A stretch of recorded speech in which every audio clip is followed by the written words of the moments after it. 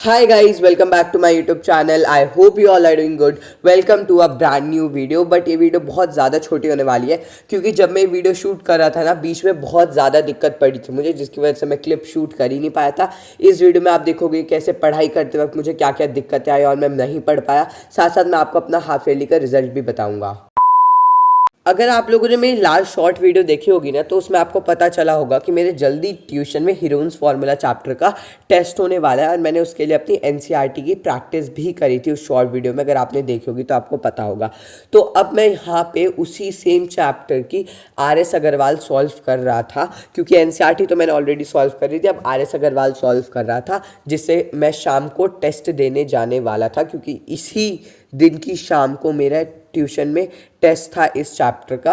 और इस टाइम तक मुझे थोड़ा थोड़ा फीवर था, मतलब मुझे बहुत ज़्यादा कोल्ड हो चुका था एंड खांसी बहुत ज़्यादा आई थी, कफ हो चुका था एंड तबीयत भी थोड़ी ख़राब थी, ज़्यादा भी ख़राब नहीं थी, नॉर्मल लग रहा था। बट जब मैं गया कोचिंग तो कोचिंग में जब मैं जा रहा था भाई रात का ही टाइम हो जाता है, तब तक अंधेरा हो जाता है तो ठंड भी बढ़ जाती है। तो भाई उस वजह से ना मेरा पूरा का पूरी तबीयत बहुत ज़्यादा ख़राब हो गई, जिसकी वजह से मैं अगले 2 दिन तक स्कूल नहीं जा पाया, ट्यूशन नहीं जा पाया, जिसकी वजह से बहुत सारी चीज़ें मेरी मिस हो गई थी।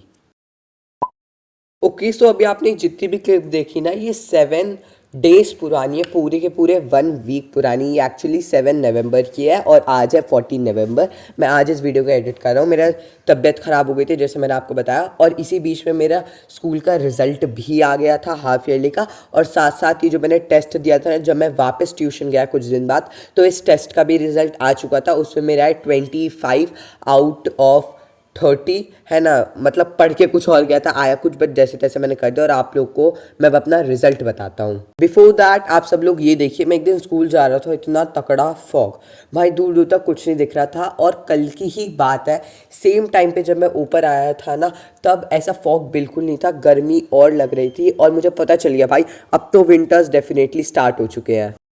ओके गाइस, तो फाइनली मेरा रिजल्ट आ चुका है। अब वो रिजल्ट मैं आप लोग के साथ भी शेयर कर देता हूँ। तो सबसे पहले हम लोग स्टार्ट करते हैं हिंदी से। हिंदी में मेरे आए हैं 80 में से 71 मार्क्स। मेरे हर जगह मार्क्स कटे ऑलमोस्ट, अनसीन पैसेज में, ग्रामर पोर्शन में, राइटिंग पोर्शन में, क्वेश्चन आंसर में, ऐसे आधे आधे मार्क्स काट के मेरे 9 मार्क्स कट गए टोटल। बट ओके, ज्यादा मुझे पछतावा नहीं हो रहा क्योंकि हिंदी इतनी भी अच्छी नहीं है, कहीं ना कहीं गड़बड़ हो जाती है हिंदी में। देन अगर मैं इसके बाद बात करूं इंग्लिश की, इंग्लिश में भी मेरे सेम मार्क्स आए हैं 71। उसमें भी मेरे ऐसी कुछ जगह पे मार्क्स कटे हैं। उसमें मतलब मेरे क्वेश्चन आंसर्स राइटिंग पोर्शन में नहीं कटे, बट ग्रामर में, अनसीन पैसेज में यहाँ पे गलत आंसर हो जाते हैं तो वहां पे मार्क्स कट गए। और फिर मैं अगर बात करूं एसएसटी की, तो एसएसटी में मेरा है 80 आउट ऑफ 80। मुझे मतलब थोड़ा सा एक्सपेक्टेशंस थी, बट मुझे लगा था कहीं ना कहीं कट जाएंगे, बट भाई मेरे 80 आउट ऑफ 80 आ गए, वो बहुत अच्छी बात है। देन अगर मैं उसके बाद बात करूं साइंस की, तो साइंस में मेरे आए हैं 78 मार्क्स आउट ऑफ 80, जो हाईएस्ट मार्क्स है। एसएसटी के भी हाईएस्ट थे जो मेरे मार्क्स आए हैं। सो मेरे तो बायो में मार्क्स कट गए, जैसा मैंने आपको मेरी पिछली वीडियो में बताया था। एक असर्शन रीजन में कटा है और एक मेरा एमसीक्यू में कटा है। देन अगर मैं इसके बाद बात करूं आईटी की, आईटी का हमारा पेपर 50 मार्क्स का होता है, तो मेरे आईटी में आया 50 में से 50। तो मैथ्स में मेरे आए हैं टोटल 72 मार्क्स आउट ऑफ 80, जो इंग्लिश और हिंदी से भी ज्यादा है क्योंकि मुझे लगा था मेरे हिंदी और इंग्लिश में ज्यादा मार्क्स आएंगे, बट मेरे मैथ्स में ज्यादा मार्क्स आ गए, जो बिल्कुल अनएक्सपेक्टेड था क्योंकि मैं बिलो 70 एक्सपेक्ट कर रहा था। बट मेरे तो 72 ही आ गए, जो कि हाईएस्ट लेवल की पूरी क्लास में।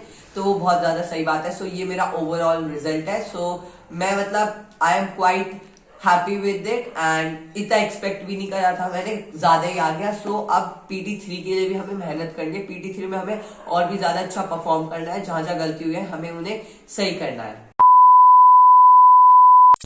Okay, with this we come to the end of this video. I hope आपको अच्छी लगी। अगर आपको अच्छी लगी, आपको इस वीडियो को लाइक करना है, मेरे चैनल को सब्सक्राइब करना है, अपने फ्रेंड्स और फैमिली के साथ इस वीडियो को शेयर भी करना है। Bye everyone.